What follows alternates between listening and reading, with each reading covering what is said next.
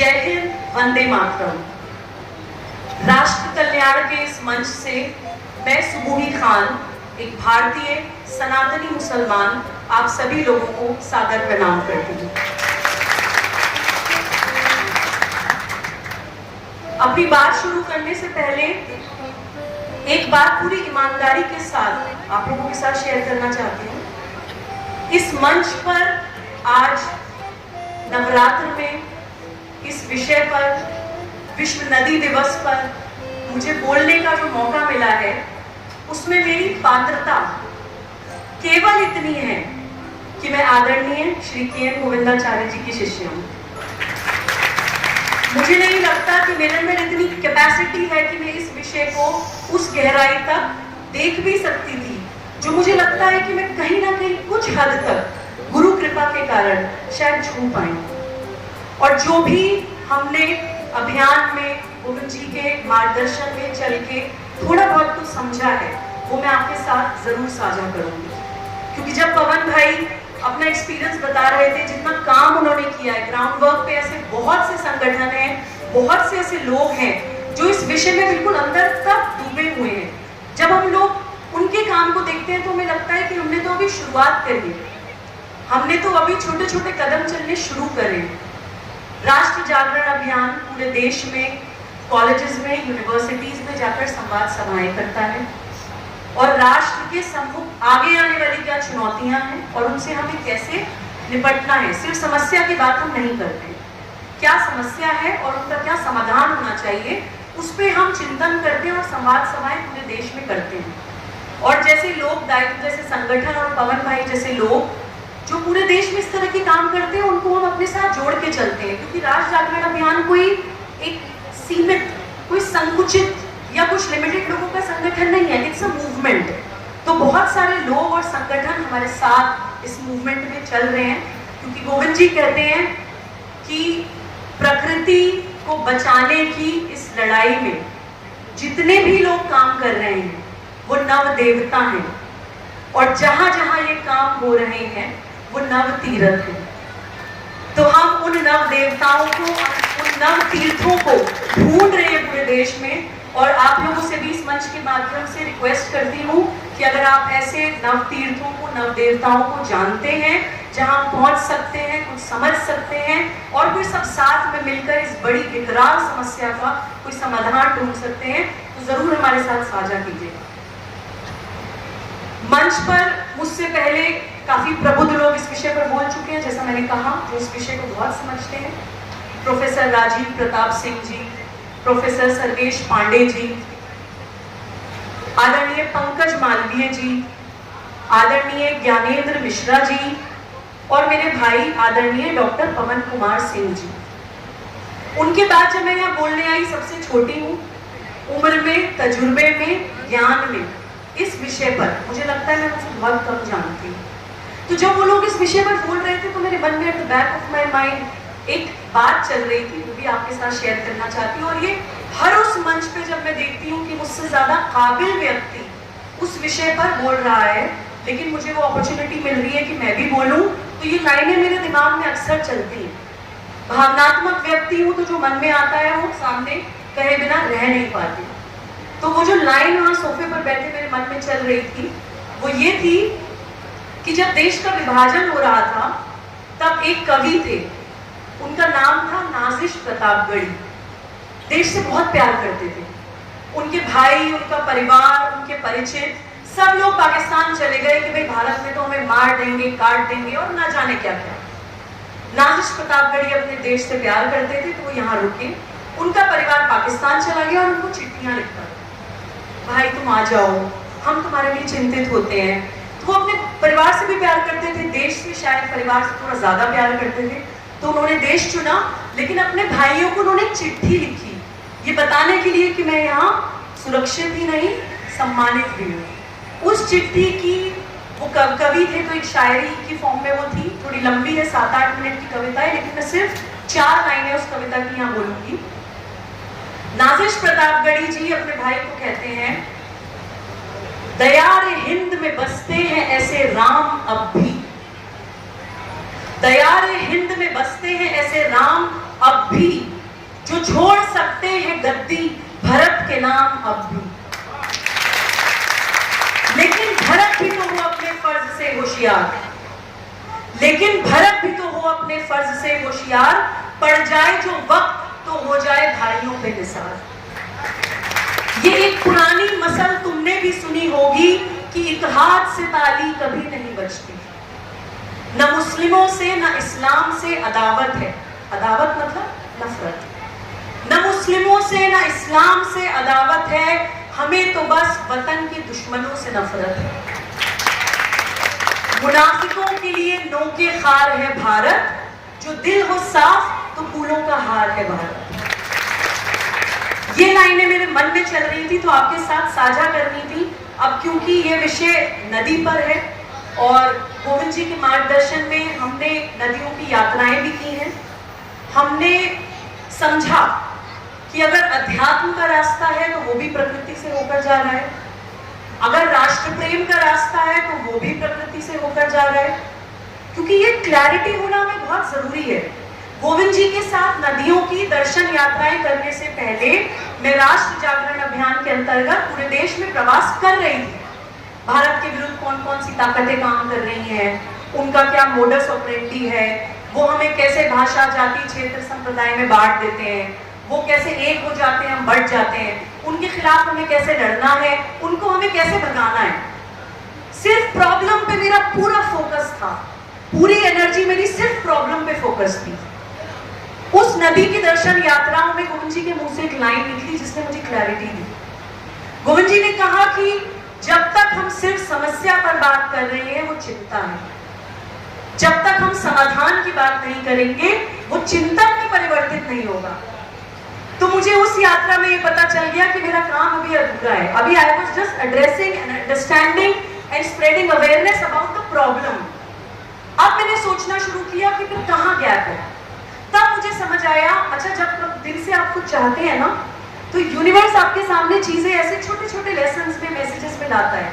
जब मैंने ये सोचना शुरू किया तब मेरे सामने एक किताब पढ़ रही थी पंडित दीनदयाल उपाध्याय जी की, राष्ट्र की अवधारणा। उस किताब की एक लाइन ने मेरे उस सवाल का जवाब दे दिया जो मैं ढूंढ रही थी।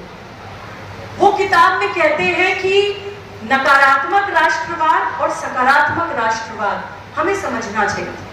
सिर्फ किसी के विरोध पे आधारित राष्ट्र प्रेम नहीं होता।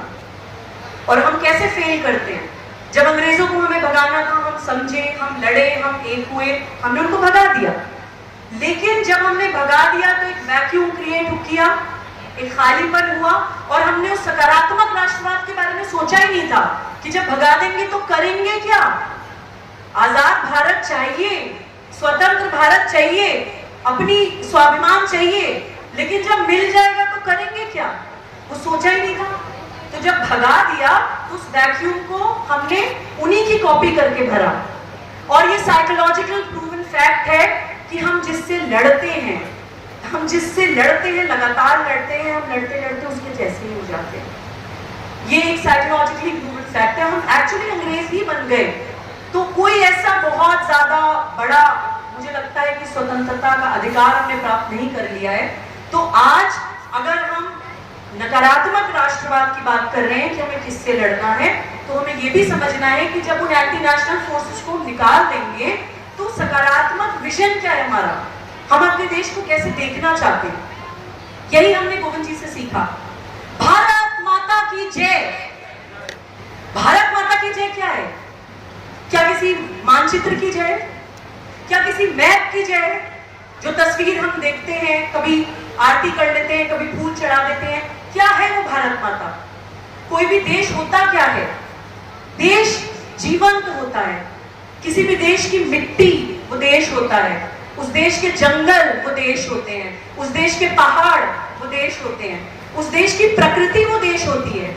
तो भारत माता की जय का मतलब है भारत के जल, जंगल, जमीन, जानवर और जन की जय।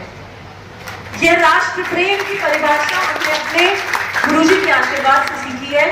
और जो एरियल व्यू, जो दृष्टि उन्होंने हमें दी है आज की उस समस्या को समझने के लिए, वो मैं आपके साथ साझा करने से पहले गोविंद जी के ही शब्द वर्ड टू वर्ड आपके सामने रिपीट करूंगी। कल जैसे बताया अलका जी ने 12 घंटे की ड्राइव करके हम आए, तो मऊ निकलने से पहले, एक दिन पहले मैं गोविंद जी से मिलने गई कि गोविंद जी ये विषय है, पहली बार मऊ जा रही हूँ। उत्तर प्रदेश में हम तकरीबन पूर्वी उत्तर प्रदेश ऑलमोस्ट पूरा कवर कर चुके हैं, ऑलमोस्ट 25 डिस्ट्रिक्ट्स में हम काम कर चुके हैं, लेकिन अभियान के कार्यक्रम, संवाद सभाएं, यात्राएं, प्रवास पूर्वांचल में पहली बार हो रही है। तो गोविंद जी को बोलकर आई कि वहां जा रही हूँ, तो तबीयत उनकी ठीक नहीं थी, लेकिन फिर भी आंख बंद करके बैठे और जो वो धीरे धीरे बुदबुदाकर बोल रहे थे, मैंने फटाफट उसको लिख लिया और वही मैं रिपीट करने जा रही हूँ, क्योंकि ये सिद्ध वाणी है। हो सकता है कि मेरी कही हुई कोई बात आपको समझ ना आए, लेकिन गोविंद जी की कही हुई बात आपको जरूर समझ आएगी, ऐसा मेरा विश्वास है।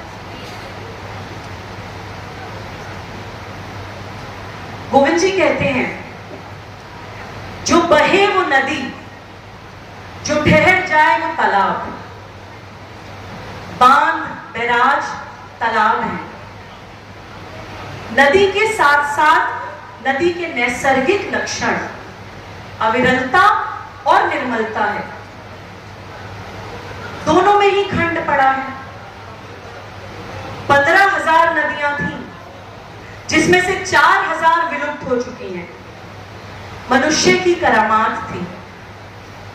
भूतल जल स्टोरेज है, उसको खाली नहीं करना चाहिए, वो खाली हो चला है। आगरा के नीचे का आधा हिस्सा ड्राई डार्क जोन घोषित हो चुका है। आसपास की छोटी नदियां देख लीजिए, जो गर्मी के दिनों में अपना हाल बताती हैं, बरसात में भर जाती हैं, लेकिन जनवरी में रेत दिखाई देती है। इस बार गंगा, जमुना व सब नदियों की बाढ़ ने यह तायीद कर दी कि उनकी जमीन कितनी है। 2-3 चीजों पर काम होना जरूरी है कि नदी एक जीवंत इकाई है, उसका एक लीगल पर्सोना होना चाहिए। जो जीवित है उसके ह्यूमन राइट्स होते हैं, तो अगर नदी, पहाड़, मिट्टी एक जीवंत इकाई है तो उसके भी कुछ लीगल एंड कॉन्स्टिट्यूशनल राइट्स होने चाहिए, क्योंकि वो डेड तो है नहीं। तो ये लड़ाई भी हमें लड़नी है कि जो हमारी मांगे हैं उसमें सबसे पहली मांग ये होनी चाहिए कि नदी एक जीवंत इकाई है, उसका एक लीगल पर्सोना है और उसके अपने लीगल राइट्स हैं। दूसरी बात जो तय होनी चाहिए वो ये है कि फ्लड प्लेन की जमीन कितनी हो।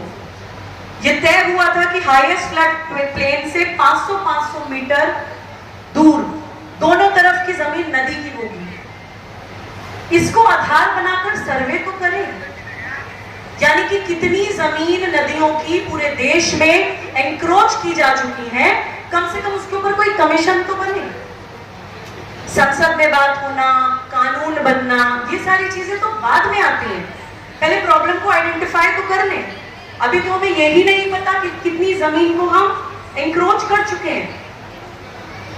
तो गोविंद जी के इन शब्दों के बाद मैं आपके साथ आगे इस विषय पर बढ़ते हुए इसके विषय पर आती हूं, जो मुझे पवन भाई ने कही थी कि बहन आपको इस पर बोलना है। नदियां और उनके संवैधानिक अधिकार, यह एक वैश्विक कानूनी अवधारणा है। जैसे हमें तो सनातन धर्म में, अध्यात्म में बचपन से बच्चे को बता दिया जाता था कि नदी जीवित है। हम तो जानते थे, हमारे वेदों ने हमें हमेशा से बताया था। अहम ब्रह्मास्मि और तत्वमसि सिर्फ इंसानों के लिए नहीं था, हमें तो बचपन से बताया गया था कि जड़ और चेतन सब में कॉन्शियसनेस होती है। चेतना सिर्फ इंसानों में या जानवरों में नहीं होती, मिट्टी में, जंगलों में, पहाड़ में, हर चीज में चेतना होती है। ये भारत को तो पता था, लेकिन विदेशों में अब इसकी एक कानूनी अवधारणा बनने लगी है कि reverse and nature should have their legal rights. क्यों? क्योंकि अब वो क्लाइमेटिक इमरजेंसी पूरा विश्व देख रहा है, उनको समझ आ रहा है। वो लोग जो भारत को स्नेक चार्मर्स बोल के मजाक उड़ाते थे कि ये तो सांप को दूध पिलाने वाले लोग हैं, आज वो समझ गए कि भारत सही था और हम गलत थे। आज वो लीगल राइट्स की बात कर रहे हैं। लेकिन कैसा, मतलब एक क्या कहा जाए कि मतलब कितना एक दुविधा होती है, कैसे पैराडॉक्स होते हैं जीवन में कि जिसके पास ये ज्ञान था वो भूल गया है और जो इस ज्ञान का मजाक उड़ाता था वो इस बात को समझ रहा है और वो उस पर काम करने की तरफ बढ़ रहा है। तो जैसे हनुमान जी को अपनी ताकत याद आई थी, हमें भी ये याद करना पड़ेगा कि पूरा विश्व जिन सवालों के जवाब ढूंढ रहा है, वो सारे सवाल, उनके जवाब with source, with authentic information, authentic knowledge हमारे पास है। उनके पास सवाल है, हमारे पास जवाब है। तो सबसे पहले हम इस चीज को समझें कि ये कोई बाहर का कॉन्सेप्ट नहीं है जिस पे यूरोपियन कंट्रीज और सब काम कर रही हैं, ये भारत का ही कॉन्सेप्ट है कि नदी की एक कानूनी हस्ती हो, उसकी अपनी एक मान्यता हो, उसको अधिकार प्राप्त हो, उसका बहना, उसका पोषण प्राप्त करना, वो प्रदूषण से मुक्त हो। बेसिक ह्यूमन राइट्स जो हमें चाहिए होते हैं, सांस लेनी है, पानी पीना है, खाना खाना है, और ये तो जानवरों के भी होते हैं। इससे ऊपर भी धर्म, न्याय, सम्मान, आत्मसम्मान, ये सारी चीजें अगर इंसानों को चाहिए क्योंकि हम जीवित हैं, तो ये सब चीजें उस नदी को क्यों नहीं चाहिए जो शायद हमसे भी ज्यादा जीवंत है। हमारी चेतना तो फिर भी नदियों के मुकाबले काफी मर गई है, लेकिन प्रकृति की चेतना तो हमसे भी, मुझे लगता है कि हमें भगवान ने शायद एक सुपीरियर कॉन्शियसनेस के रूप में बनाया था, लेकिन अभी पूरा एक पैराडाइम शिफ्ट हो गया है। अभी हमारी चेतना शायद जानवरों से भी नीचे चली गई है, लेकिन हमें अपने ह्यूमन राइट्स चाहिए, और हमसे सुपीरियर बीइंग्स जो हैं, जंगल, नदियां, पहाड़, पठार, जानवर, उनके राइट्स की हमें कोई चिंता नहीं है। उत्तराखंड उच्च न्यायालय 2017 में गंगा और यमुना को जीवित इकाई घोषित कर दिया गया था। जो लोग इस विषय पर काम कर रहे हैं वो जानते होंगे। राष्ट्रीय गंगा नदी अधिकार अधिनियम 2014 गंगा नदी बेसिन का प्रदूषण दूर हो, इसके बारे में घोषणा कर चुका है।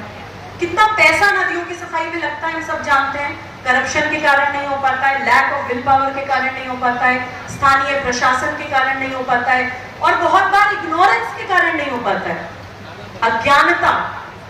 जैसे मेरे सामने अभी एक उदाहरण आया था कि भारतीय सेना को चीन बॉर्डर तक जाने के लिए, चाइना से लड़ने के लिए 7 मीटर चौड़ी सड़क की जरूरत है। तो उन्होंने वो सड़क मांगी, अब अधिकारियों के पास वो फाइल गई। अब वो अधिकारी कौन है? वो अधिकारी है यूपीएससी की उस व्यवस्था से बने हुए जो स्पेसिफिकली भारत के विरुद्ध बनाई गई थी। उनको प्रकृति से प्रेम, उनको यूपीएससी के सिलेबस में सिखाया नहीं गया है।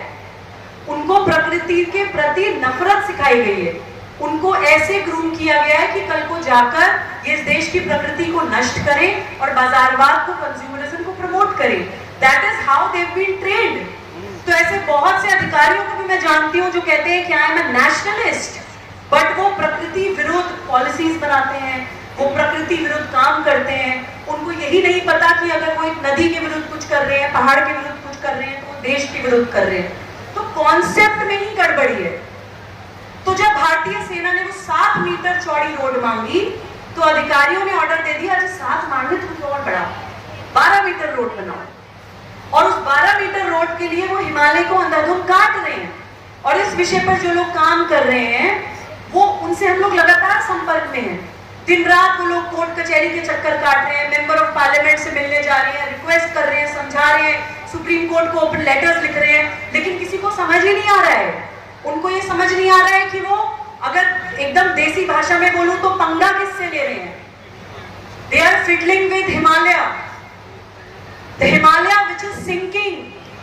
हम लोग कल्पना भी नहीं कर सकते कि जब वो पहाड़ धंसेगा, दरकेगा, पूरे नॉर्थ इंडिया को बहा के ले जाएगा वो टिहरी डैम का पानी जो हमने रोक के रखा हुआ है। वी हैव नो आइडिया कि हम किसके साथ खिलवाड़ कर रहे हैं। तो मैं आपको हिमालय के विषयों में अगर बात करूंगी तो अपने आप एक बड़ी बात हो जाएगी। अभी मैं आपको सिर्फ ये बता रही हूँ कि इग्नोरेंस के कारण भी कैसे होता है। 7 मीटर रोड चाहिए, 12 मीटर रोड अननेसेसरीली काट रहे हैं क्योंकि हिमालय को डेड समझ रहे हैं। उनको लग रहा है पत्थर ही तो है। उनको ये नहीं पता कि चीनी से तो बाद में जाके लड़ेंगे भारतीय सैनिक, पहले तो अपने हिमालय के नीचे ही रख के मर जाएंगे। तो जो आपका पर्पस क्या है, what are you trying to achieve? Common sense is not so common these days. तो अपने पर्पस को भी हमें समझना होगा, क्योंकि कानून बनते हैं लेकिन क्रियान्वयन नहीं होते। क्रियान्वयन क्यों नहीं होते जी? अब क्रियान्वयन इसलिए नहीं होते कि जैसे मैंने आपको बताया कॉन्सेप्ट क्लियर नहीं है, परिभाषाएं ही गलत हैं, अवधारणाएं ही गलत हैं। सबसे बड़ा कॉन्सेप्ट हमें पता है विकास का, डेवलपमेंट, जिसको हमने समझा है कि सिर्फ बिल्डिंग्स बना देना डेवलपमेंट है, नदियों का पानी सुखा देना डेवलपमेंट है, जमीन में जहर घोल देना डेवलपमेंट है, पहाड़ को हिमालय को काट के उसको धंसने की लिमिट तक पहुंचा देना डेवलपमेंट है, अपनी चेतना को इतना मार देना कि अब तो शायद इंसान ही इंसान को आगे खाने लगे, नेक्स्ट स्टेज वही आने वाली है। मुझे लगता है कि डेवलपमेंट हम इसको समझने लगे हैं, ह्यूमन सेंट्रिक डेवलपमेंट को हम डेवलपमेंट समझने लगे हैं। इंसान का पेट भर दो चाहे जैसे भी, और वो पेट कभी भरता नहीं है क्योंकि अपर लिमिट नहीं है। मेरे पास कभी कोई आता है और कहता है ना कि मेरी एम्बिशन है कि I want to earn money, या मुझे पैसा चाहिए, या पैसे के प्रति कुछ एक आकर्षण है या जो भी है, तो मैं कहती हूँ कि what is your upper limit? क्योंकि जब तक हम अपर लिमिट तय नहीं करेंगे हम एक अंधे कुएं में जा रहे हैं। And money is numbers and numbers never and. वही ग्रीड का होता है। अगर आपको ये सोचना है कि हमें डेवलपमेंट करना है तो हमें एक अपर लिमिट तय करनी होगी कि कितना और किस कीमत पर। ये दो पहलुओं पर हमें बात करनी पड़ेगी कि कहां तक जाना है और उसकी क्या कीमत चुका सकते हैं। क्योंकि जिस इंसान के लिए हम वो कर रहे हैं कल को वो उसी इंसान को लेकर डूबने वाला है। सस्टेनेबल नहीं है ना जी। मेरा 8 साल का बच्चा है, मैं उसके लिए करोड़ों रुपए छोड़ जाऊं, उसके लिए बैंक बैलेंस प्रॉपर्टीज छोड़ जाऊं, और कल को उसके पास सांस लेने के लिए हवा ना हो, उसके पास खाने के लिए खाना ना हो, जहर उसको खाने के लिए मिले, तो मैं जहां भी होगी मेरी आत्मा क्या चैन से रह पाएगी? आप इमेजिन करिए, आप कोविड में तो सबने देखा ना, लोग जेब में नोटों की गड्डियां लेकर घूम रहे थे लेकिन ऑक्सीजन के सिलेंडर नहीं मिल रहे थे। तो जिस वक्त आपको एक्चुअल नीड पता चलती है इंसान की, तब तक बहुत देर हो चुकी होती है। आपके पास नोटों की गड्डियां होती हैं लेकिन जो आपके सर्वाइवल के लिए चीज जरूरी है वो आपसे बहुत दूर जा चुकी होती है। तो अपनी उस ग्रीड को पहचाने, एक अपर लिमिट तय करें। भारत में विकास की अवधारणा नहीं थी। कल पानी की पाठशाला पढ़ रही थी भाई की, तो बड़ा अच्छा आपने मेंशन किया कि भारत में विकास के बजाय समृद्धि की परिकल्पना थी। भारत में डेवलपमेंट ये माना जाता था कि जैसे गोविंद जी कैसे बोलते हैं, मुझे हर चीज की क्लैरिटी उनके सिंपल शब्दों में बोलती है। गोविंद जी कहते हैं कि हर बच्चे को रोज आधा किलो फल, आधा किलो सब्जियां और आधा किलो दूध स्वच्छ मिले, वो होगा सही मायने में डेवलपमेंट। तो वो समृद्धि जो भारत इमेजिन करता था, पेट भरे होते थे तो समाज में क्राइम भी कम होता था, फ्रस्ट्रेशंस कम होती थी, आपस में लड़ते कम थे, तो इसलिए अध्यात्म भी ज्यादा था।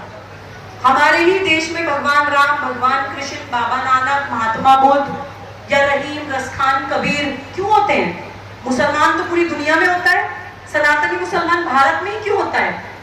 क्योंकि भारत की जो प्रकृति है वो अनुकूल परिस्थितियां बनाती है एक इंसान के लिए कि वो अपनी चेतना को जागृत करे।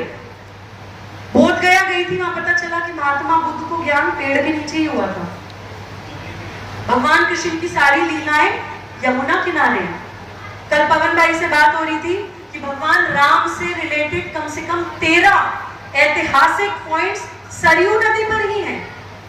जितने भी देवी देवता हैं उनके साथ, किसी के साथ चूहा, किसी के साथ शेर, किसी के साथ चिड़िया, कोई जंगल में है, कोई गैया चरा रहा है। ये सब क्या था? ये सिंबोलिज्म था, ये एक सिंबल था कि आप प्रकृति से जुड़े रहेंगे और उसको टच करते रहेंगे, उसके एक्सपीरियंस में रहेंगे तो वो आपसे बातें करती है। आप कभी भी सोचिएगा कि जीवन में कंफ्यूज हो, डॉक्टर भी सलाह देते हैं सब छोड़िए, पहाड़ों पे चले जाइए, बोलते हैं ना। जब आपको क्लैरिटी चाहिए जीवन में, प्रकृति के पास चले जाइए, universe starts talking to you. तो ये हमें मानना होगा कि हमें अपना दर्शन बदलना है। एक और उदाहरण याद आया जो आपके साथ शेयर करना था। नदी चिंतन के दिन मुझे लगता है बहुत इंपॉर्टेंट एग्जाम्पल है। एक बार गोविंद जी के साथ मैं हरिद्वार में, ऋषिकेश में एक आश्रम के नदी के घाट पर बैठी थी। वहां पर गंगा आरती होने वाली थी। गोविंद जी को लोग आमंत्रित कर रहे थे लेकिन वो हिचकिचा रहे थे। मैंने कहा गोविंद जी आप आरती में नहीं जाना चाहते हैं क्या? उस दिन जो मुझे गोविंद जी ने बात बोली, वो जब भी याद करती हूँ तो मुझे मतलब मुझे फील होता है कि वो मैसेज पूरे देश तक मुझे पहुंचाना चाहिए। गोविंद जी ने बताया उनके एक मित्र थे GD अग्रवाल जी, जिन्होंने अनशन कर दिया था, प्रकृति के लिए लड़ाई करी थी, सिस्टम को, सत्ता को, उस चीज की कोई चिंता नहीं हुई और अंततः उन्होंने अपने प्राण त्याग दिए। उनको कोई बचाने नहीं आया क्योंकि वो ऐसे विषय की बात कर रहे थे जो किसी पॉलिटिकल पार्टी का मैनिफेस्टो नहीं था, जो बहुत सारे लोगों की दुकानें बंद कर रहा था।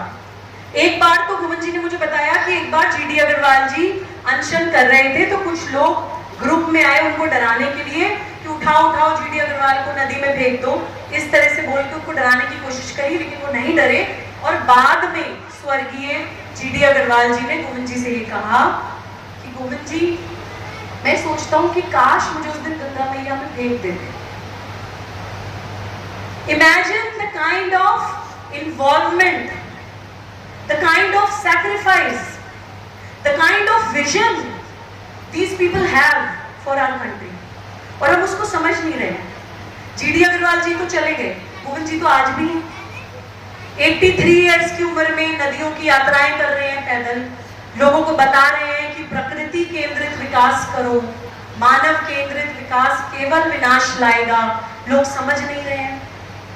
तो गंगा किनारे बैठकर गोविंद जी ने मुझे कहा कि ये जो आरती कर रहे हैं मुझे इससे कोई दिक्कत नहीं है। ऑब्वियसली आरती भारतीय सनातन संस्कृति का एक पार्ट है, उससे हम कनेक्टेड होते हैं, उससे ऊर्जाएं क्रिएट होती हैं, बहुत सारी चीजें हैं जो हमें आकार से निराकार तक पहुंचने में मदद करती हैं। Stages, it is important, we are not against it. लेकिन गोविंद जी ने कहा कि अगर हम गंगा मैया की सेहत की चिंता किए बिना, उनके सम्मान की चिंता किए बिना केवल आरती कर रहे हैं तो हम शव का श्रृंगार कर रहे हैं। And these are exact words of Honorable Shri KN Govindacharya जी। अगर आपको इससे कुछ क्लैरिटी मिलती है तो मैं अपनी यहाँ पे आना सफल मानूंगी। तो मुझे लगता है कि ये कुछ चेंजेस हमें कॉन्सेप्ट में करने पड़ेंगे, दर्शन चेंज करना पड़ेगा। जैसे एक मैंने आपको बताया कि जीवन इकाई मानना पड़ेगा, जिंदा मानना होगा। दूसरा मैंने आपको बताया कि बताया नहीं बताने वाली, जहां से प्रॉब्लम दर्शन से ही शुरू होती है। क्योंकि गोविंद जी कहते हैं कि कोई भी फिलॉसफी पहले स्टार्ट होती है, उसके बाद वो विचार स्प्रेड होता है, अंडरस्टैंडिंग आती है, उसके बाद politics, administration, policy making, laws, implementation, सब कुछ उसको फॉलो करता है। अभी हम लोग स्ट्रगल पता है कहाँ कर रहे हैं भाई? अभी हम लोग संघर्ष सिर्फ इसलिए कर रहे हैं कि हम politics, administration, policy making, laws, implementation सबकी बात कर रहे हैं, दर्शन पे बात कोई कर ही नहीं रहा है। तो जब नींव ही क्लियर नहीं करी तो किसी को मोटिवेशन कैसे मिलेगी कि क्या करना है और क्यों करना है? तो दूसरी एक बात फिलॉसफी को क्लियर करने की मैं आपके साथ शेयर करना चाहती हूँ। एक वेस्टर्न कॉन्सेप्ट है अर्थशास्त्र का कि resources are limited and proper utilization of resources is the ultimate goal of humans. यही तो सिखाया जाता है ना, western concept of economics. Hindu way of economics तो ये नहीं था। हमें ये नहीं कहा जाता था कि इच्छाएं अनंत हैं, हमें कहा जाता था कि इच्छाएं दुखों का कारण है। क्यों बताते थे वो आज समझ आ रहा है हमें। रिसोर्सेज लिमिटेड हैं, इंसान की इच्छाएं अनंत हैं, प्रॉपर यूटिलाइज करिए। यहां तो सारा परिभाषाओं में खोट है कि प्रकृति आपके इस्तेमाल करने के लिए, आपका शोषण करने के लिए, आपकी इच्छाओं की पूर्ति करने के लिए है। और इसी कॉन्सेप्ट पे हम चल रहे हैं। हमारी सारी ब्यूरोक्रेसी, पॉलिसी मेकिंग, लीडर्स, पूरा देश सब इकोनॉमिक्स के उसी कॉन्सेप्ट पे चल रहा है। तो कहां से करेंगे हम परिवर्तन? हमें अपना दर्शन बदलना होगा कि इच्छाएं दुखों का कारण है। इंसानी जन्म हमें ये ज्यादा कपड़े पहनना, ज्यादा सामान खरीदना, चीजों के पीछे भागना, इन चीजों के लिए नहीं मिला था। और जिन लोगों को मिल जाता है उनसे जाकर पूछिए कि कितने दुखी होते हैं वो। जिन लोगों की अलमारियां भरी हैं, जिन लोगों के पास सोने हीरे जवाहरात हैं, जिनके पास दुनिया की किसी चीज की कमी नहीं है, उनसे जाकर पूछिए कि आर दे हैप्पी। वो आपको बोलेंगे कि नहीं, सुख चाहिए जीवन में। अमीर आदमी को ही डिप्रेशन होता है, इसलिए होता है क्योंकि गरीब आदमी तो इस इच्छा में लगा रहता है, ये मिल जाएगा तो खुश हो जाऊंगा, वो मिल जाएगा तो खुश हो जाऊंगा। अमीर इंसान को जब मिल जाता है उसे लगता है कि अरे मिल गया लेकिन खुश नहीं हूं। और एक बहुत ही फेमस पर्सनालिटी ने एक शब्द कहे थे, मैंने एक बार बचपन में कभी पढ़े थे, आई विश, और मैं आप सभागार में मौजूद हर व्यक्ति के लिए नवरात्र के दिन मन से प्रार्थना करके ये बात कह रही हूं, I wish everybody present in this hall gets money, fame, power and everything that you desire, because once you will get it you will know that is not the answer. जवाब आपको पता चलेगा जब आपके पास सब आ जाएगा। और भारत को इसलिए जवाब पता था क्योंकि भारत के पास सब था। भारत समृद्ध था, प्राकृतिक दृष्टि से भी, सोने चांदी हीरे जवाहरात की दृष्टि से भी, तो उसे पता था कि रियल चीजें क्या हैं। सुख इंसान की सबसे जेन्युइन नीड है जीवन की, सुखी रहना। दुनिया की हर चीज इंसान सिर्फ सुख प्राप्त करने के लिए कर रहा है, और दुख इसलिए होता है कि जब वहां तक जाता है उसको पता चलता है कि यार मिला ही नहीं, दुखी दुख मिल गया। तो उसको समझने के लिए हमें अपने दर्शन को बदलना होगा। और जैसा मैंने आपसे कहा कि भारत का दर्शन हमें बहुत पहले वैदिक टाइम से बता चुका है कि चेतना हर चीज में होती है। Consciousness स्लीप्स in minerals, dreams in plants, wakes up in animals and becomes fully awake in humans. हर चीज में चेतना होती है, उसकी स्टेजेस प्रकृति ने ऐसे बनाई थी कि सबसे नीचे मिनरल्स थे, उसके बाद, इसलिए मिनरल्स का कहा था कि संयमित उपभोग। धरती के नीचे की चीजों को असुरी क्यों कहा जाता था? उसका संयमित उपभोग करिए, अनलिमिटेड ग्रीड में उसको यूटिलाइज करने की कोशिश करेंगे तो वो असुर बन के आपके सामने आएगा। अफगानिस्तान में आपको क्या लगता है? अफगानिस्तान जैसा छोटा देश, अमेरिका जैसी वर्ल्ड पावर वहां पे तालिबान क्रिएट कर रहा था। For what? For the lithium reserves Afghanistan है। तो पूरी दुनिया की सारी लड़ाई सिर्फ इस प्राकृतिक रिसोर्सेज की ही है। And geologically Bharat is the most blessed country in the entire world. जितने भी हमारे यहाँ सिविल वॉर कराने की कोशिश करी जा रही है, हमें भाषाओं में, जातियों में, क्षेत्र में, संप्रदाय में बांटने की कोशिश करी जा रही है, ये सब कुछ सिर्फ इसलिए किया जा रहा है कि हम आपस में लड़े मरे और दूसरी फोर्सेस कंट्री को कैप्चर करें और हमारी सारी नेचुरल रिसोर्सेज को एग्जॉस्ट कर लें। तो आगे की भविष्य की लड़ाई, इवन नेक्स्ट अगर वर्ल्ड वॉर भी कभी होगी, अगर हमें विश्व गुरु भी बनना है, तो वो प्रकृति की ही लड़ाई है। दुनिया के पास खाने को नहीं है और आगे भारत भी ये समस्या फेस करने वाला है। एक बार मैं न्यूज 18 पर चैनल पे एक साइंटिस्ट के साथ बैठी थी, तो उन्होंने बताया, उनसे किसी ने पूछा कि आप अगले 10 साल बाद भारत का भविष्य क्या देखते हैं? तो उन्होंने कहा कि जिसके पास धरती होगी वो खाना खा रहा होगा और जिसके पास बड़ी बड़ी बिल्डिंग्स होंगी वो जहर खा रहा होगा। और ये आज हो रहा है। हम लोग यहाँ आए, कल आपके बहन जी के घर खाना खाया, बहुत ही स्वादिष्ट पनीर की सब्जी उन्होंने खिलाई, तो पता चला कि यहाँ पनीर असली होता है। हम लोगों को पनीर असली नहीं मिलता है। एसी बिल्डिंग्स में हम बैठते हैं, देश की राजधानी, टीवी चैनल, फलाना ढिमकाना भोकाल, लेकिन हमारे बच्चों को खाने के लिए ओरिजिनल स्वच्छ पनीर, सात्विक भोजन, शुद्ध हवा, ये सब चीजें नहीं मिलती हैं। AQI एयर क्वालिटी इंडेक्स जो 30 से नीचे होना चाहिए हमारे लंग्स के स्वास्थ्य के लिए, दिल्ली में वो 300, 400, 500, 700 भी जाता है। इमेजिन करिए कि उस बच्चे की लंग्स की क्या दशा होगी। हमारे ये कार्यकर्ता हैं, उनके बेटे के क्लासमेट को लंग्स में पैचेस आ गई सिर्फ दिल्ली में सांस लेने के कारण। सिर्फ सांस लेने के कारण। पूरे देश में सर्वे हुआ है कि एक एवरेज दिल्लीइट की आयु 11 साल कम हो गई है, सिर्फ इसलिए कि वो दिल्ली में रह रहा है, एक डेवलप्ड स्टेट में रह रहा है। तो ये हमारी दुविधा है और ये बताने के लिए मैं आपके सामने आई थी। और बहुत सारी समस्याएं हमने अपनी यात्राओं में समझी है गोविंद जी के मार्गदर्शन में। मैं 10 मिनट और ले सकती हूँ अगर समय की कोई सीमा नहीं है भाई, आप बताइए। गोविंद जी कहते हैं जब भी कहीं ऑर्गेनाइजर्स होते हैं तो मतलब कहते नहीं है, उनको हमने बिना कहे ऑब्जर्व किया है कि जब वो जाते हैं तो वो कंप्लीटली अपने आप को ऑर्गेनाइजर पे छोड़ देते हैं। अगर उनसे कोई ये भी कहे कि हमारे घर चाय पीने के लिए आइए, तो वो कहते हैं कि आप मालिक हैं, जो आप बताएं, तो आप 10 मिनट दें तो मैं आगे बढ़ूं, क्योंकि कुछ इंपॉर्टेंट चीजें जी। तो जो समस्याएं हमने राष्ट्र जागरण अभियान की यात्राओं में गोविंद जी के मार्गदर्शन से सीखी हैं, उसमें एक पॉइंट जो हमें अभी दिखाई नहीं दे रहा है, जो बहुत बड़ा असुर बन के हमारे सामने आने वाला है, वो है केमिकल फर्टिलाइजर्स का यूज और देसी बीजों का खत्म होना। देसी बीज मार्केट में आज ढूंढने से नहीं मिलता है। बहुत सारे नव देवता, बहुत सारे नव तीर्थों पर उन बीजों के संरक्षण पर काम कर रहे हैं, और वो हमें तब पता चलेगा उनकी वैल्यू जब आगे ये प्रॉब्लम बिल्कुल असुर बन के हमारे सामने आ जाएगी।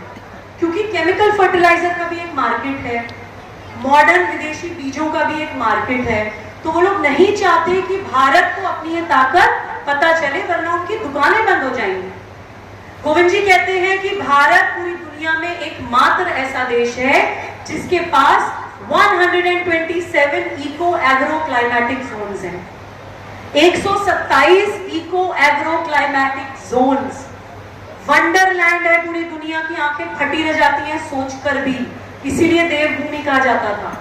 और वो 127 इको एग्रो क्लाइमेटिक जोन की, हर जोन की अपनी एक विशेषता है। वहां पे वर्ल्ड क्लास एक्सपोर्ट क्वालिटी के प्रोडक्ट्स उगाए जा सकते हैं, फिर हम उनको एक्सपोर्ट भी कर सकते हैं।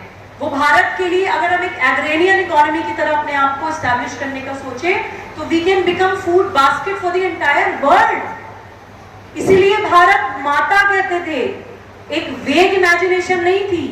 माँ कौन होती है? जो भोजन दे, जो खिलाए, जो पेट भरे, जो सवालों के जवाब दे, जो संस्कारित करे। तो भारत भूमि, देवभूमि, वो माता थी पूरी दुनिया के लिए। और आज भी अगर हम अपनी उस ताकत को पहचान जाएं, तो हम पूरे विश्व का पेट भर सकते हैं। और हमारी इंटरनल कॉन्फ्लिक्ट कितने सॉल्व होंगे? हम कहते हैं जी फलाना आदिवासी बेल्ट में कृष्णरी मिशनरीज ने आके इतने लोगों को कन्वर्ट कर दिया, कहते हैं। अरे भैया, वो मक्खियां हैं जो हमारे भाई बहनों के जख्मों पे मंडरा रही हैं। कोई भूखा है, उसको जाके 2 रोटी खिलाते हैं, एक हाथ से उसके गले में क्रॉस डाल देते हैं। हमें सोचना चाहिए कि जो देश पूरी दुनिया को खाना खिला सकता है, उस देश में कोई भूखा है ही क्यों?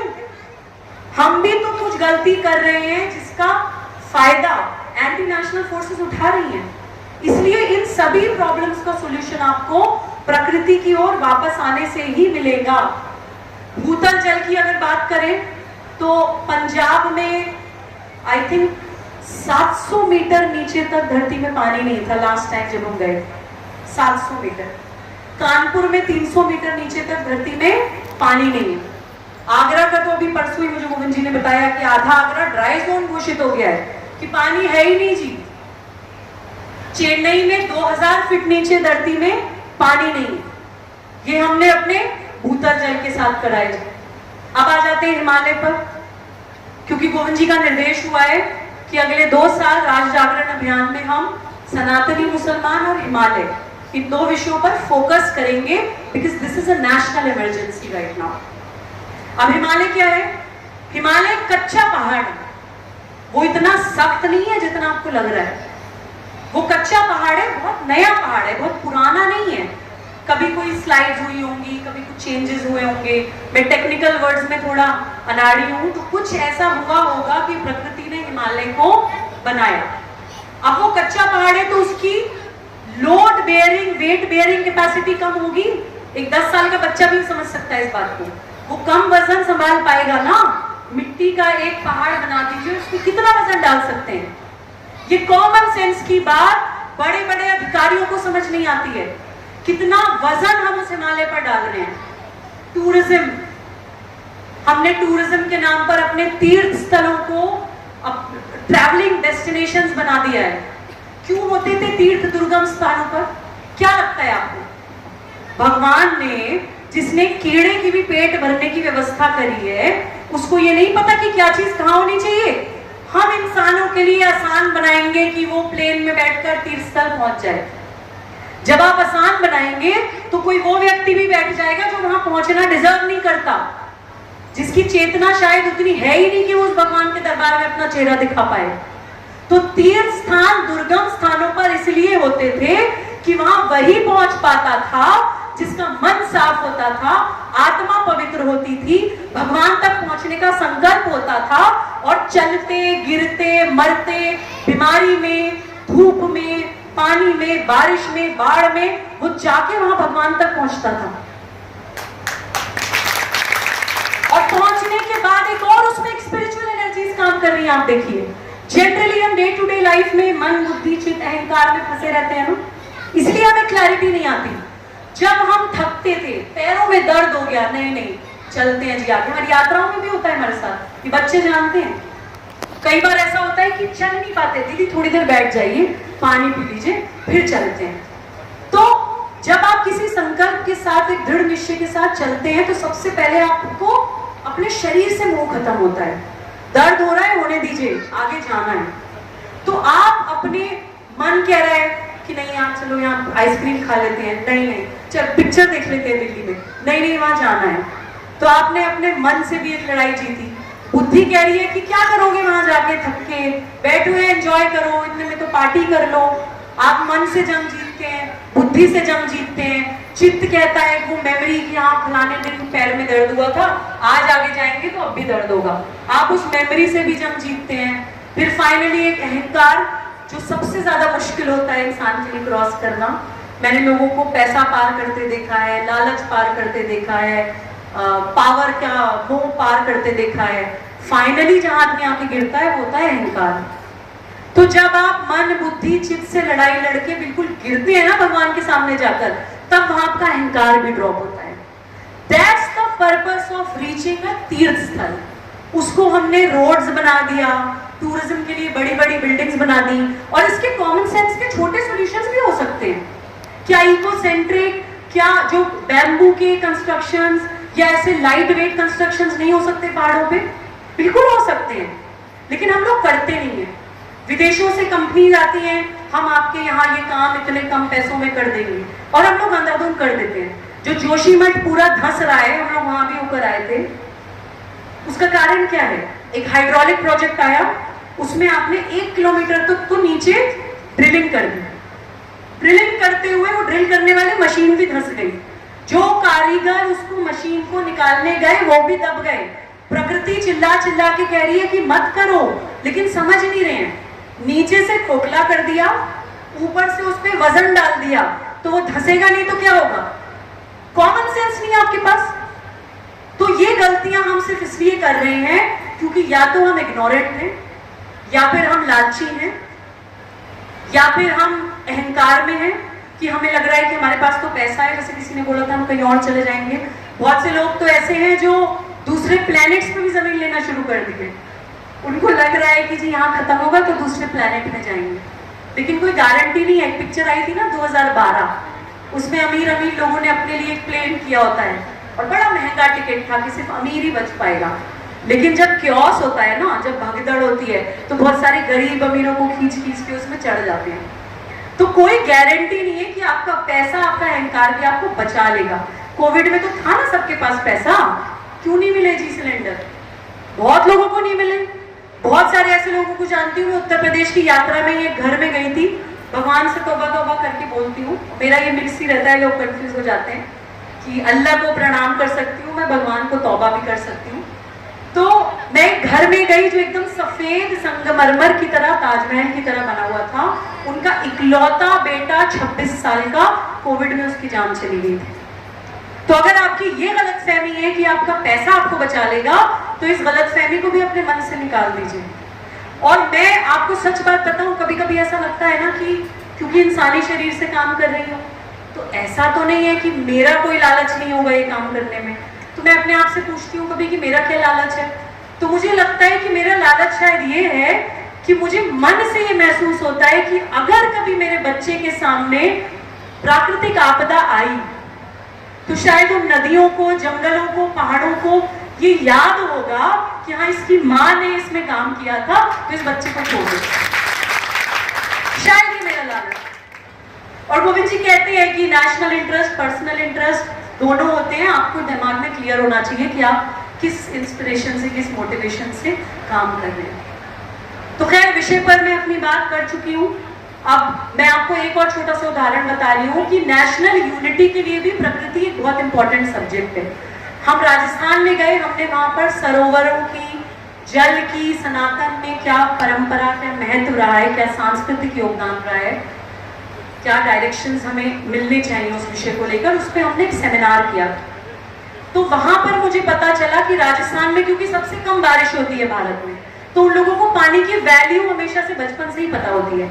तो पानी बचाने का उनका एक सिस्टम था और उस सिस्टम को उन्होंने इतनी खूबसूरती से बनाया हुआ था, किसके खेत में क्या फसल लगी है, यानी कि किसी फसल को ज्यादा पानी की जरूरत होती है, किसी फसल को कम पानी की जरूरत होती है, तो किस खेत में क्या फसल लगी है उस हिसाब से उसको पानी दिया जाता था। और वो पानी को जो डिस्ट्रीब्यूशन करता था वो एक हरिजन होता था, वो डिसाइड करता था कि किसको किसके खेत में कितने पानी की जरूरत है। यानी आपने एक ऐसे व्यक्ति को जिसको समाज में बहुत लोग त्याज्य मानते हैं या उसको वो जगह नहीं देते जो मिलनी चाहिए, उसको आपने कितना इंपॉर्टेंट रोल दे दिया समाज में। और इसी पानी को बचाने की व्यवस्था में मुसलमान की अपनी एक अलग इंपॉर्टेंस होती है। तो आज भी अगर हम अपने उस पुरातन सिस्टम से चलें कि हम प्रकृति को बचाएंगे, एक होकर बचाएंगे, हर व्यक्ति अपनी अपनी जिम्मेदारी संभालेगा, तो हम दोबारा उसी गांव वाली परंपरा में पहुंच जाएंगे जहां पे साइकिल पे चलता हुआ मुसलमान भी राम राम भैया बोलता था या गंगा मैया की जय सब मिलके बोलते थे।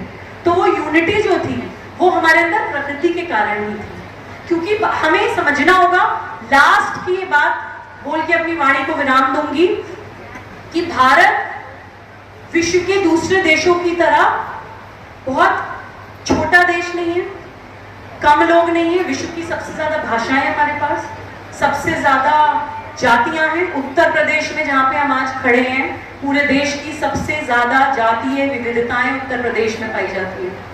इसीलिए याद करिएगा कि कभी भी उत्तर प्रदेश को अगर आग लगाने की कोशिश की जाती है तो जाति के नाम पर। हमारे माननीय मुख्यमंत्री योगी आदित्यनाथ जी के ऊपर क्या इल्जाम लगता है? करप्शन का इल्जाम लगा नहीं सकते, कैरेक्टरलेसनेस का इल्जाम लगा नहीं सकते, इल्जाम क्या लगाते हैं? जातिवाद का। हमेशा ध्यान दीजिएगा कि वो इल्जाम इसलिए लगा जाता है कि हमारे मुख्यमंत्री जातिवादी नहीं है। उत्तर प्रदेश का भूमनोविज्ञान जातिवाद से प्रभावित होता है, इसलिए आग लगाई जाती है, क्योंकि सबसे ज्यादा लोग अफेक्टेड उसी को सुन के होते हैं और भाई भाई से लड़ने के लिए तैयार हो जाता है। और उत्तर प्रदेश बहुत इंपॉर्टेंट स्टेट है, इसका प्लीज ध्यान रखें। आध्यात्म की दृष्टि से उत्तर प्रदेश बहुत इंपॉर्टेंट स्टेट है और राष्ट्र जागरण अभियान की शुरुआत भी उत्तर प्रदेश से ही हुई थी। उत्तर प्रदेश की बेटी हूं मैं, मेरठ में मेरी पैदाइश हुई है। यूपी में आप बताइए क्या कारण है? आध्यात्मिक एपिसेंटर है यूपी। पूछिए क्यों? भगवान राम उत्तर प्रदेश में, भगवान कृष्ण उत्तर प्रदेश में, भक्ति काल के सारे कवि उत्तर प्रदेश में, सब यूपी में ही आके क्यों ज्ञान दे रहे हैं जी? क्योंकि यहाँ पे बहुत सारी ऐसी जगहें हैं जहाँ पे आज भी वो आध्यात्मिक शक्ति है। जब हम लोग प्रवास करते हैं हमें पता चलता है कि यूपी के लोगों को पता ही नहीं है कि यूपी क्या है। आप सारी डिस्ट्रिक्ट्स में प्रवास तो करिए, घूमिए तो सही, जब घर से निकलेंगे तब पता चलेगा। तो उस आध्यात्मिक ऊर्जा का, आध्यात्मिक शक्ति का फायदा उठाइए, अपनी प्रकृति को बचाने की लड़ाई लड़िए, तभी समाज में विभाजन खत्म होगा, तभी हम विश्व गुरु बनेंगे। क्योंकि पूरा विश्व जो प्रॉब्लम्स लेके घूम रहा है उसके सॉल्यूशंस हमारे पास हैं। इसीलिए राष्ट्र जागरण अभियान में हम दो ही चीजों पे फोकस कर रहे हैं, राष्ट्रीय एकता और प्रकृति का संरक्षण और संवर्धन, क्योंकि वही इन टोटैलिटी राष्ट्र प्रेम है और वही भारत को सारी समस्याओं से निकालेगा। लास्ट में 2 मिनट में एक गोविंद जी की और वाणी आपके साथ शेयर करके मैं अपनी जगह लूंगी, क्योंकि इससे भी हमें हमारे बहुत सारे सवालों के जवाब मिलने वाले हैं। एक दिन मैंने गोविंद जी से कहा कि गोविंद जी, हम जिस सांस्कृतिक पुनर्जागरण की लड़ाई लड़ रहे हैं, कल्चरल रेनेसांस, भारत को पुनः विश्व गुरु बनाना है, या कई बार उसको कुछ लोग हिंदू राष्ट्र भी कह देते हैं, उसका मतलब क्या है? मुझे सिंपल भाषा में बता दीजिए ताकि एक 10 साल के बच्चे को भी मैं समझा पाऊं। तो जो उनके शब्द थे उन्हीं की वाणी में रिपीट कर रही हूं। जिनके पास मोबाइल फोन्स हैं रिकॉर्ड कर लीजिए। हिंदू होने का मतलब क्या है, हमें क्या करना है देश के लिए, कि बहुत सारे सवाल हमें इन 4-5 बिंदुओं में मिलने वाले हैं। इसको कम से कम 10-10 लोगों के साथ शेयर कीजिएगा। गोविंद जी कहते हैं हिंदुत्व यानी क्या? देश की कलेक्टिव स्मृति का परिपाक। वो क्या है? 5 बातें नमूने के तौर पे बताता हूं। पहला, सभी उपासना पद्धतियों से उसी परमात्मा की प्राप्ति होती है, यह विश्वास। दूसरा, एक ही सत्य सभी जड़ चेतन में अनुस्यूत है। Same consciousness permeates in all animate and inanimate matter, जो हमें भगवद गीता में भगवान कृष्ण भी बोल के गए हैं कि चींटी से लेके पहाड़ तक मैं हूं। तीसरा, मातृत्व के गुण होने के कारण महिला यानी नारी का समाज में विशेष आदर। चौथा, मनुष्य प्रकृति का विजेता नहीं, प्रकृति का अंग है। इसी कारण हम प्रकृति के संरक्षण और संवर्धन की बात करते हैं। और पांचवा, खाओ पियो और मर जाओ, यही जीवन का अंतिम उद्देश्य नहीं है, इससे ऊपर भी जीवन का एक उद्देश्य है। मुट्ठी बांधे आए थे, हाथ पसारे जाएंगे, यह विश्वास। जो इन 5 बातों को मानता है वो हिंदू है। कोई फर्क नहीं पड़ता वो भगवान राम को मानता है, भगवान कृष्ण को मानता है, महात्मा बुद्ध को मानता है, बाबा नानक को मानता है, जीसस क्राइस्ट को मानता है, प्रॉफिट मोहम्मद सल्लल्लाहु अलैहि वसल्लम को मानता है, किसी पेड़ को मानता है या किसी को नहीं मानता। नास्तिक की भी मान्यता है भारत में। Hindu is a Commonwealth of all modes of worship. Kashmir से कन्याकुमारी तक हजारों देवी देवता है हमारे देश में। लड़ाई पूजा पद्धति की, आराध्य की, रिलीजन की, मजहब की नहीं है। लड़ाई इन 5 मूल्यों को बचाने की है, क्योंकि आप घर जाके सोचिएगा कि इन 5 मूल्यों से हमें विश्व की सभी समस्याओं का समाधान मिल रहा है। ग्लोबल वार्मिंग, क्लाइमेटिक चेंज, बाजारवाद, बीमारियां, महिलाओं के प्रति अपराध, अलगाववाद, कट्टरवाद, आतंकवाद, एक देश दूसरे देश से लड़ रहा है, आर्म्स एंड एम्यूनिशंस, बड़ी बड़ी माफियाज काम कर रही हैं। इन सब प्रॉब्लम का सॉल्यूशन इस 5 मूल्यों में है। पहले हम इन 5 मूल्यों को समझें, अपने देश में जागरण करें और उसके बाद हम इन 5 मूल्यों को लेकर पूरे विश्व में जाएं, तभी हम बनेंगे सही मायने में विश्व गुरु। क्योंकि गुरु वो होता है जो आपको अंधेरे से रोशनी में लेकर आए, गुरु वो होता है जो आपके सवालों का जवाब दे। इसी बात के साथ अपनी वाणी को विराम देती हूँ। जय हिंद, वंदे मातरम।